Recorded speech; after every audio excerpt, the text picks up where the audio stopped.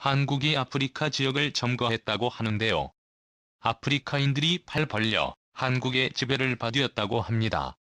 오히려 살았다고 말하며 한국인들에게 감사의 인사를 보냈다고 하죠. 현재 남수단에서 벌어지고 있는 급박한 사건과 이를 대처하기 위한 한국의 과감한 행동에 대해 지금부터 자세하게 설명해 드리겠습니다. 지금으로부터 10년 이상 지난 영화가 있습니다. 대한민국을 감동의 도가니로 만들고 눈물샘을 자극했던 영화인데요. 남수단에서 봉사활동을 펼친 고 이태석 신부의 울지마 톤지라는 영화입니다. 지금도 많은 이들에게 생소한 지역인 아프리카 남수단 지역으로 봉사를 떠난 이태석 신부는 남수단에 위치한 마을 톤지에서 아프리카 원주민들을 위해 헌신하는 모습을 보여주었는데요. 이 모습을 영화로 만들자 전국에서 이태석 신부의 헌신의 눈물을 보였습니다. 이후 많은 이들에게 남수단이라고 하면 울지마 톤주가 나올 만큼 이 영화는 한국 사람들에게 남수단이 어디인지 널리 알릴 수단이 되었죠. 이태석 신부가 봉사했을 당시에도 남수단은 최악의 상태였는데요. 영화 이후 10년 이상의 시간이 지났어도 그때와 달라지지 않았습니다. 수단은 원래 필요에 의해서 만들어진 국가였습니다. 제국 열강들이 아프리카를 자신들이 쉽게 나누어 가지기 위해 만들어진 국가로 인종은 물론이고 문화도 다른 이들이 하나의 국가를 이루고 있었죠. 문제는 수단에 묻혀있는 엄청난 양의 석유와 광물 자원 때문에 분리독립도 쉬운 일이 아니었습니다. 1983년 수단 인민해방군이 일어나 내전이 발생했고 20년 이상 내전은 수단을 좀먹었습니다. 결국 2011년 수단은 투표를 통해 남수단과 수단으로 분리되었습니다. 남수단 초대 대통령인 살바키르 마야르디트가 집권할 당시만 하더라도 막장 국가로 여겨졌던 수단과는 다른 행보를 보이려고 했기에 국제사회에서도 남수단에 거는 기대가 남다르다고 할 수 있었죠. 그러나 초대 대통령 역시 권력욕에 빠져 종신 집권을 시도하려 했었고 반군 세력이 결집 초대 대통령을 몰아내기 위한 또 한 번의 내전이 일어났습니다. 이 내전으로 수많은 사람들이 죽고 죽이는 일이 벌어졌고 2014년에는 악명 높은 소말리아를 제치고 최악의 파탄 국가 칭호까지 얻었을 정도였죠. 최근인 2011년 자료를 살펴보면 최악의 파탄 국가라는 칭호는 없어져도 여전히 수많은 이들이 제대로 된 보살핌을 받지 못하고 있습니다. UN 선정 인권 최하 등급이라고 알려진 15등급을 받을 정도로 이 지역에서는 생존하는 것 자체가 어려운 일입니다. 빈부격차 역시 남수단의 변화를 어렵게 만드는 동인입니다.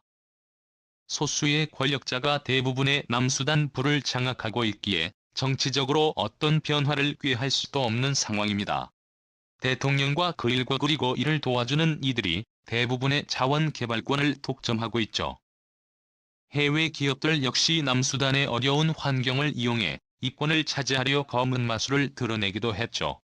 스웨덴 검찰에 따르면 에너지 기업인 문진에너지가 석유 이권을 위해 수단 정부와 민병대 갈등을 조장했다고 고소하면서 전말이 드러났죠. 남수단 국민들은 하루하루 연명하는 것에 다른 곳을 생각해 볼 틈도 없을 만큼 열악한 환경에 놓여 있었는데요. 그런 이들에게 희소식이 들려왔습니다. 바로 유일한 선진국 주둔 부대인 한빛부대가 남수단 지역을 장악한 것인데요. 한국인들이 남수단에서 영향력을 행사하며 남수단인들에 대해 물적 지원을 아끼지 않겠다고 말하자 복종에 지쳐 힘겨워하던 이들이 앞장서서 한국인들의 지지했다고 합니다. 한국 정부는 꾸준하게 해외 평화유지군을 파병해 과거 6.25 전쟁 때 입었던 일이 내려가 부려동분 서주하고 있습니다. 아프리카 국가들에게 은혜를 입었던 전적이 있는 대한민국은 어려운 환경에 처한 아프리카 국가들을 대상으로 파견 부대를 보내는데요. 남수단 역시 UN 평화유지군의 일원으로 2013년 한국은 남수단 임무단을 파견해 주변 지역 건설과 의료 임무에 나섰습니다. 무너진 다리와 건물 수리는 물론이고 의약품이 부족한 남수단인들에게 의료 지원까지 도와주는 전방위 작전이었죠. 부터 쌓아온 한국군의 파병 노하우가 빛을 본 순간이었습니다. 베트남부터 시작된 한국 파병은 세월이 지나면서 노하우가 쌓이기 시작했는데요. 비교적 최근에 파견된 남수단 지역에서는 노하우를 10분 활용해 지역 주민들의 신망을 얻을 뿐만 아니라 남수단 전체에 한국군의 위험을 널리 알리며 PK의 활동에 모범을 보였죠. 2014년에는 초록우산 어린이재단 사무실을 습격한 무장 강도 6명을 대한민국 남수단 임무단이 피해 없이 제압 시민들을 무사히 구출해내면서 한국 특전사의 뛰어난 실력을 보여주었습니다. 유엔 연락 장교였던 마이클 최대의 호주군 대령은 이 소식을 접하고 구출 작전의 정석을 보여주었다고 극찬을 퍼부었습니다. 위험한 지역이라 마을 주민들에 대한 위협은 일상적인데 이들을 아무런 탈 없이 구출해낸 것은 기적과도 같은 일이라고 말했죠. 활동을 거듭하면서 한국평화유지군 한빛부대에 대한 인식도 더 좋아졌는데요. 지역 주민들 사이에서 신이 내린 축복이라는 평을 들을 정도였다고 합니다. 사진까지 파견된 이들 한빛부대는 무너진 건물 보수와 신규 건축물 제작에 기여했으며 특히 코로나19로 어려움을 겪는 남수단인들에게 유일한 생명줄이 되었죠. 한국의 도움을 받아 장애를 극복할 수 있었던 일도 있었습니다. 양다리가 휘어져 선천적으로 걷는데 불편함을 겪던 랭가랑랭 군은 한빛부대의 도움을 받아 강남 세브란스에서 수술을 받을 수 있었고 덕분에 온전하게 걸을 수 있게 되었다고 하는데요. 이 소식을 들은 남수단에서는 한국군에게 몰려들어 제발 자신을 살려달라고 할 정도로 남수단인들의 신망을 한몸에 받았다고 하죠. 한국은 현재 남수단에 거주하고 있는 유일한 평화유지군입니다. 다른 선진국들은 남수단에 거주하길 포기하고 전군 철수한 상태인데요. 지정학적 위치를 고려했을 때 어떠한 도움이 되지 않는다는 판단이 든 이들은 남수단인들의 처지를 생각하지 않고 이런 건 없죠. 그러나 한국은 유일하게 인도적 차원으로 이들을 도와주기 위해 남았습니다. 한국에게 이득이 되지 않음에도 불구하고 남수단인들의 걱정하는 마음 하나로 위험한 작전 환경을 무릅쓰고 열심히 주민들을 위해 봉사하고 있는데요. 일본 역시 남수단에 한국과 마찬가지로 평화유지군의 파견 남수단 질서 회복에 도움을 준다는 명목으로 계속해서 군대를 보냈지만 결국 남수단이 어떠한 이득이 되지 않는다는 판단이 서자 냉혹하게 이들 주민들을 버리고 일본으로 돌아왔죠.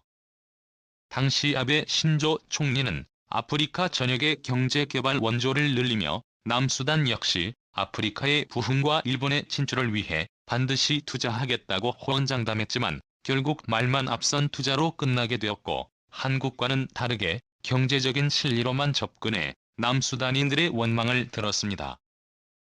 이런 와중에 수단에서 대규모 군사 쿠데타가 일어나며 수단은 물론이고 남수단까지 혼란에 빠지게 되었습니다.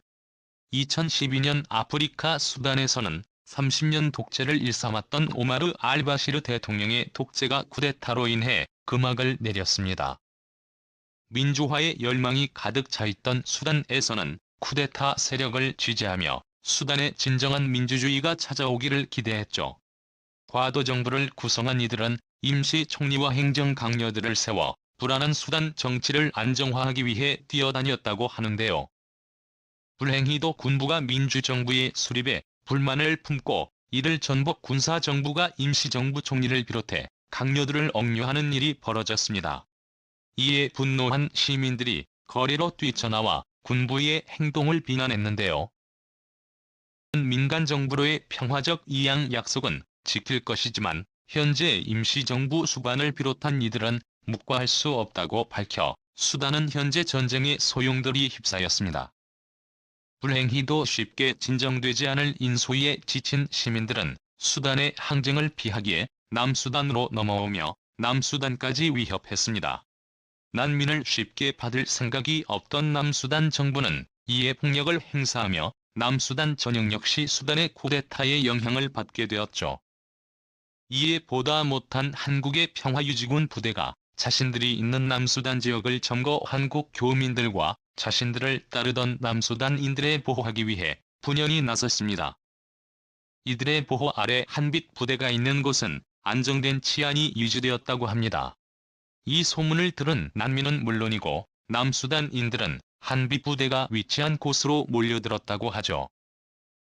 수단인들은 한빛 부대를 향해 감사의 눈물을 흘리며 지옥 같은 곳에서도 유일하게 한국인들만이 자신들을 생각하고 있다며 한국인들에게 감사의 포옹을 하는 등 이들만이 할 수 있는 방식으로 구분하고 있다고 합니다.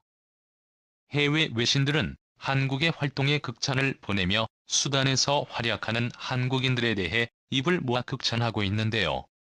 한국인들의 헌신은 다른 평화유지군의 모범이 된다고 남겼죠.